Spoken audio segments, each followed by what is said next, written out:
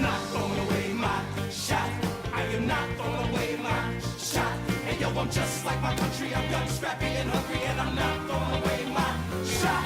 When Lin-Manuel Miranda sings about the drive of the young, scrappy, and hungry immigrant, he's not singing about just any immigrant. I am the A-L-E-X-A-N-D-E-R.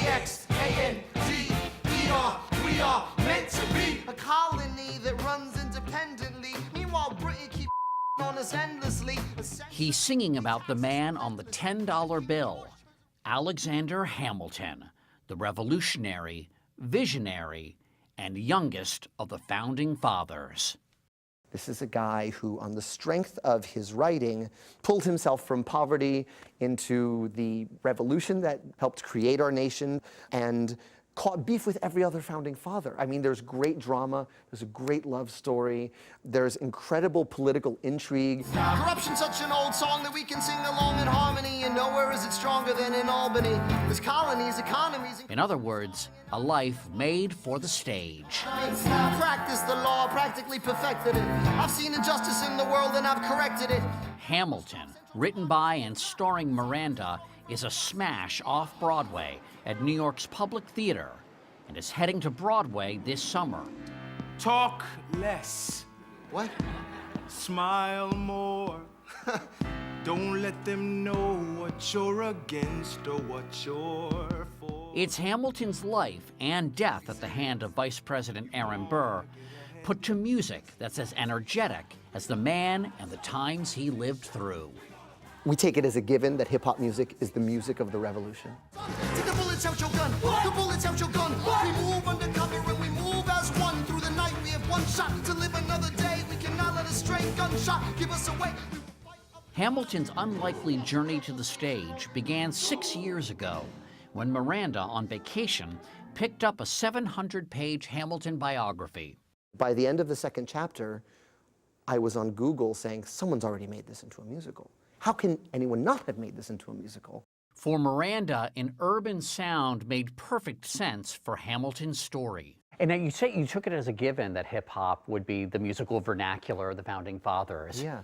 Is that because of the energy? It's because of the energy. It's because the hip-hop narrative is of writing your way out of your circumstance. I joke to someone else, I think, all my favorite hip-hop songs are really good musical theater I want songs. I want to get someplace else. I want to get somewhere else. I want to get my corner of the sky. That certainly describes Alexander Hamilton. Born out of wedlock in the Caribbean and abandoned by his father, Hamilton made his way to New York City at 17.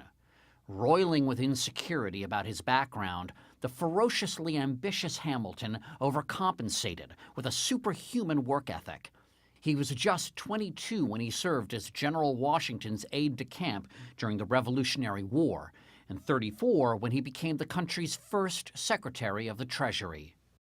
He was the one who saw the future in a visionary flash. So at a time when Jefferson and Madison see the United States as a country with traditional agriculture and small towns, here comes this young man from the Caribbean.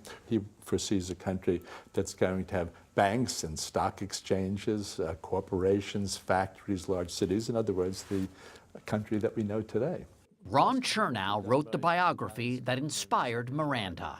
I think that this is a classic immigrant story in terms of someone recognizing the opportunities in this brand new, turbulent, wide open society. He's kind of the ultimate immigrant. He's the ultimate immigrant, and he's the original immigrant. I dare say he made the greatest contribution of any immigrant in the history of the United States. Monsieur Hamilton. Monsieur Lafayette. In command where you belong. Now you say no sweat. We're finally on the field. We've had quite a run.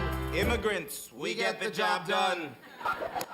Miranda, a Tony winner for his 2008 musical In the Heights, is the son of Puerto Rican immigrants.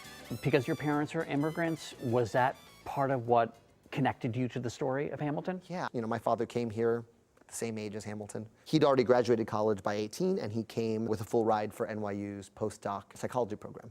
Didn't speak English, and learned it here while he was studying. And he learned English while he was getting a postdoc. Yeah. That's ambition. That's ambition. drive. That's ambition. I can't begin to aspire to that level of ambition. And writing this story has helped me understand him. Ladies and gentlemen, you could have been anywhere in the world, but you're here with us today in New York City. Are you ready for a cabinet meeting? Huh? If the cast of Hamilton doesn't sound like we imagined the founders sounding, well, it doesn't look like them either. This is the story of America then, told by America now. It looks like America now.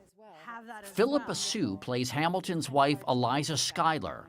Eliza's sister, Angelica, is played by Renee Elise Goldsberry. My father, I told him that I was doing this, and he was like, "Who are you playing?" And I said, "Angelica Schuyler." And then a couple days later, he was like, "Well, how are you playing Angelica Schuyler?" Done a little research, and I'm a little confused. In the show, the Schuyler sisters sound an awful lot like the R&B group Destiny's Child. We hold these truths to be self-evident that all men are created equal. And when I meet Thomas Jefferson, I'ma compel him to include women in the sequel. Work! Oceans rise. By contrast, England's King George III has a distinctly British pop sound. And when push comes to shove, I will send a fully armed battalion to remind you of my love. I just sort of plundered every idea possible to write a breakup song for King George III to the colonies. And in the role of Hamilton's lifelong rival, Aaron Burr, Leslie Odom Jr. brings down the house with a good old showstopper. I've got to I've got to This was a time when the political could get extremely personal. Here's Hamilton, who favored more federal power, debating Thomas Jefferson, who favored states' rights. Oh, but Hamilton forgets his plan would have the government assume states' debts. Now place your bets as to who that benefits. The very seat of government where Hamilton sits. Not true. The rap battles are, I think the country should be like this, you think the country should be like that, and if you win, our country goes to ruin. So the stakes are here. If we assume the debts the union gets, a new line of credit, a financial diuretic, how do you not get it? If we're aggressive and competitive, the union gets a boost. You'd rather give it a sedative? So it's incredible verbal dexterity that we get to employ. So it makes perfect sense that Hamilton and Jefferson are arguing about the role of the federal government in the form of a rap smackdown. 60 seconds for Jefferson, 60 seconds for Hamilton. Cabinet response determines the winner. The view from here must have been spectacular. You would have seen both. Miranda wrote some of the musical at the Morris Jamel Mansion in Upper Manhattan, where George Washington's first cabinet met. So you would just sit here and write. Yeah, I would sit here and write. And I'd bring in my computer, I'd bring in my keyboard, and I'd doodle around. Aaron Burr once lived here too. By the time he and Hamilton met on the dueling ground in 1804, He aims his pistol at the sky! Wait! their rivalry had hardened into enmity. Hamilton had backed Jefferson over Burr for president in 1800. Once word spread of his death, I hear wailing in the streets.